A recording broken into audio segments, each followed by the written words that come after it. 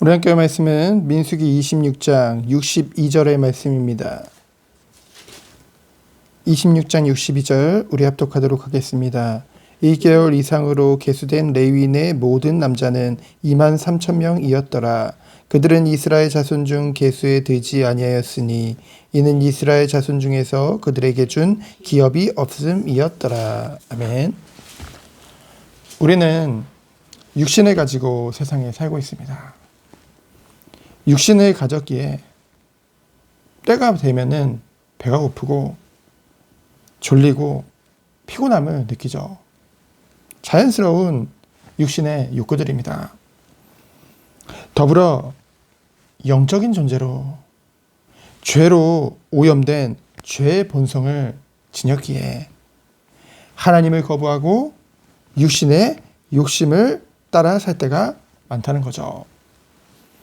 그래서 세상에 살면서 세상의 것에 마음을 두고 남보다 더 가졌나 못 가졌나를 비교하며 생각하게 되어지죠. 그러면서 가진 것에 스스로 가치 기준을 둘 때도 너무나도 많습니다. 하지만 하나님께서 우리들을 성도로 부르셨을 때 독생자 예수 그리스도를 아낌없이 줄 만큼 그 하나님의 크신 사랑과 예정을 입어 자녀로 부름을 받았다는 것이죠. 그래서 하나님 백성의 삶은 구별된 것입니다. 이 땅에서의 삶이 물론 가치 있습니다. 왜요? 주님이 함께 하시기 때문에 성령으로 함께 하시며 우리 각자를 부르심에 대한 소명과 사명을 감당하며 살기에 가치 있다는 것이죠. 또한 영원한 천국의 삶을 준비하는 그런 과정이기 때문에 또한 가치 있는 것입니다. 오늘 본문을 보면은 이스라엘을 2차 계수할 때 레위 지파에게는 따로 구별하여 계수한 것을 보게 됩니다. 이스라엘 전체 계수에 되지 않고요. 그 이유는 무엇입니까? 2차 계수의 목적에 주된 목적이 그 가나안 땅을 정복한 후에 땅을 그 지파별로 나눠주는 거거든요. 분배하기 위함이거든요. 그런데 성막 봉사자들로 누구보다 최선을 다해 하나님이 맡기신 사명을 감당한 레위 지파에게는요, 땅 가운데 기업을 허락하지 않았다는 것이죠. 그 이유는 무엇입니까? 신명기 10장 9절에 보면은요, 그러므로 레위는 그의 형제 중에 분깃이 없으며 기업이 없고 내 하나님 여호와께서 그에게 말씀하신 같이 여호와가 그의 기업이시니라.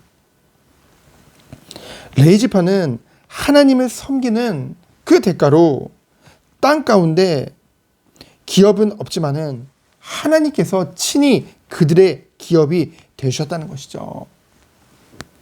이 본문 말씀을 통해 1차적으로 적용되는 직분은 누구라고 생각하십니까? 목회자죠. 하나님께서 목회자를 부르실 때 레위인과 같이 한 번 더 구별하셔서요, 세상의 일을 하지 않는 대신 오직 성막 봉사자로 부르심을 받아서요, 정말 하나님의 그 맡기신 사명을 감당토록 인도하신다는 것이죠. 그래서 목회자는 목양 외에는요, 세상 일이나 세상 것으로부터 구별하신 것입니다. 그렇기 때문에요, 정말 주의 종이 자기 것을 가지려고 하는 만큼 하나님 앞에 그리고 성도 앞에 부끄러운 모습은 없는 거죠.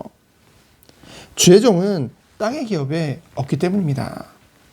하나님께서 그들의 기업이 되신다는 것은 하나님께서 책임지신다는 거예요. 오히려 레위 지파는 그의 땅의 기업을 나머지 지파들에게 나눠줬기 때문에 11조를 통해 도리어 안정된 삶을 영위했죠. 목회자가요, 생활을 어렵게 힘들게 사는 것이 하나님의 뜻은 아닙니다. 하지만 스스로 그런 결단을 가지고 주를 위해, 교회를 위해 정말로 그 길을 가겠다, 그 결단을 가지고 인도받는 것이 바로 목회자들이라는 거죠. 근데 여기서 한 가지 언급할 것이 있습니다. 저는요, 목회자의 이중직에 대해서 분명한 기준을 가지고 있습니다. 목회자가 자신의 소유가 하나도 없으면서 교회를 섬기고 이웃을 섬기며 하나님 맡기신 가정 또한 섬기기 위해 필요시 일을 하는 것에 대해서 반대하지 않습니다.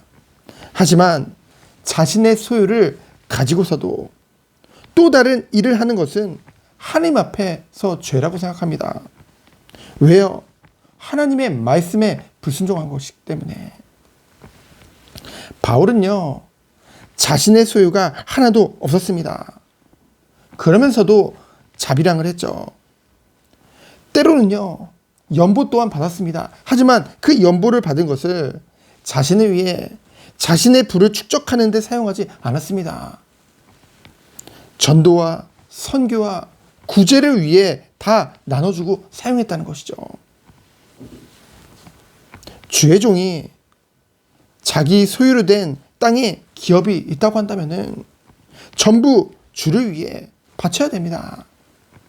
그리고서 오직 주님을 따르며 주님의 사명을 다할 때 하나님께서 기업이 되셔서 모든 것을 풍족하게 채우신다는 것이죠. 근데 중요한 게 있어요. 여기서 풍족함이란 많이 가졌다는 것을 말하는 것이 아닙니다. 청빈하더라도 만족할 수 있는 어떤 상황 속에서도 바울의 고백과 같이 내가 궁핍에 처할 줄도 알고 풍부에 처할 줄도 알고 그리스도 안에서 일체의 비결을 가졌다고 고백한 것과 같이 그러한 삶을 살아가는 것이죠. 천지기전 삶입니다. 그렇다면 1차적으로 이 주의 정을 말했다고 한다면 2차적으로 또한 성도 또한 이러한 은혜를 받았다는 것이죠. 우리는요, 전부 그리스도 안에서 왕같은 제사장들로 부름을 받았습니다. 우리는 근본적으로 땅의 기업을 좇아 사는 인생이 아니라는 거죠. 영원한 하늘 가나안, 천국을 기업으로 받은 자들인 줄 믿습니다. 그래서요, 영원한 천국에 영생의 삶을 준비하는 그런 삶으로 매일매일을 살아가는 것이죠. 청지기적 삶입니다. 우리는 나그네 인생이에요. 그렇기 때문에 우리에게 중요한 것은 하나님께서 명령하신 그 삶을 살아내는 것이죠. 뭡니까? 하나님을 사랑하며 이웃을 사랑하며 잃어버린 양들과 형제들을 위해 우리의 것을 내어주고 섬기는 삶이요. 소금과 빛의 삶이요. 하나님이 이러한 삶을 사도록 우리 성도 한 사람 한 사람을 부르신 것입니다. 그래서 우리들은요, 세상의 것을 가지고 흔들리는 존재가 아니라 하나님의 은혜를 가지고 하나님이 주신 축복의 내 것으로 누리며 오직 영원한 천국의 삶을 바라보며 오늘을 살아가는 것입니다. 그렇기 때문에 기쁜 삶이죠. 그렇기 때문에 만족된 삶입니다. 오늘 철학 기도했습니다. 오늘도 철학 기도를 통해서 나의 모든 것을 드려 주를 섬겨 금식함으로 정말 오직 하나님께 영광 돌리는 우리 모든 성도님들 되어지기를 예수 그리스도 이름으로 축원드립니다. 이 시간 기도합니다. 하나님 감사합니다. 우리가 오직 세상의 것에 가치를 두는 것이 아니라 영원한 영생의 삶을 바라보며 오늘 우리에게 주어진 삶 가운데 오직 하나님의 영광을 나타내는 우리 모든 성도님들로 주께서 축복하여 주옵소서. 살아계신 예수 그리스도 이름으로 기도합니다. 아멘.